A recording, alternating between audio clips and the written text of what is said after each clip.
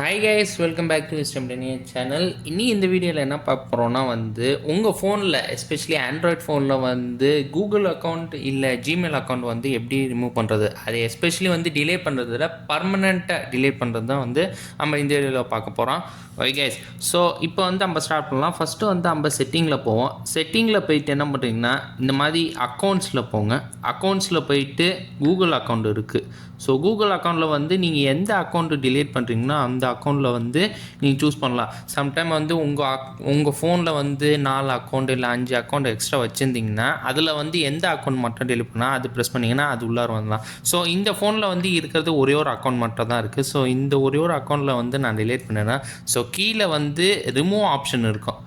So remove பண்ணுற மாதிரி உங்களுக்கு ஒரு மெசேஜ் கொடுக்கும், remove account, removing this account will delete all of its message, contacts and other data from this phone. Okay, so remove பண்ணிட்டோன்னா so இந்த ஃபோனில் நீங்கள் எந்த அக்கௌண்ட் ரிமூவ் பண்ணிங்கன்னா இது டோட்டலாக பர்மனெண்ட்டாக டிலேட் ஆகிடும் கைஸ். ஓகே, ஸோ இந்த வீடியோ உங்களுக்கு பிடிச்சுன்னா கைஸ் லைக் பண்ணுங்கள். அதே சேர்த்து ஃப்ரெண்ட்ஸ் அண்ட் ஃபேமிலிக்கு இந்த வீடியோ ஷேர் பண்ணுங்கள். புதுசாக வந்தீங்கன்னா சப்ஸ்கிரைப் பண்ணுங்கள் கைஸ்.